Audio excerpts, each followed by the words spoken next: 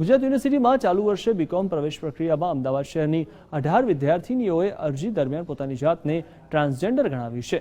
આ વિદ્યાર્થીનીઓએ ઓનલાઈન પર પ્રવેશ માટે ફોર્મ ભર્યા છે, જેમાં પોતાને ટ્રાન્સજેન્ડર ગણાવ્યા છે।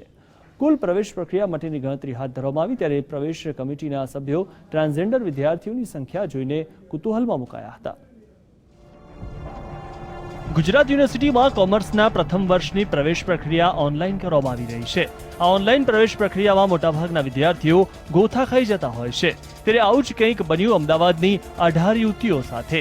સામાન્ય રીતે ઓનલાઈન એડમિશન ફોર્મ ભરતી વખતે વિદ્યાર્થીઓએ જેન્ડર સંબંધી માહિતીમાં ટિક માર્ક કરવું જરૂરી હોય છે, જેમાં કુલ 3 વિકલ્પ આપવામાં આવે છે: પુરુષ, સ્ત્રી અને અન્ય।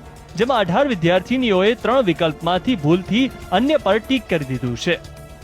એવું હતું કે આપણે ચોઈસ છોકરાઓએ લખવાની મેલ, ફિમેલ કે ટ્રાન્સજેન્ડર।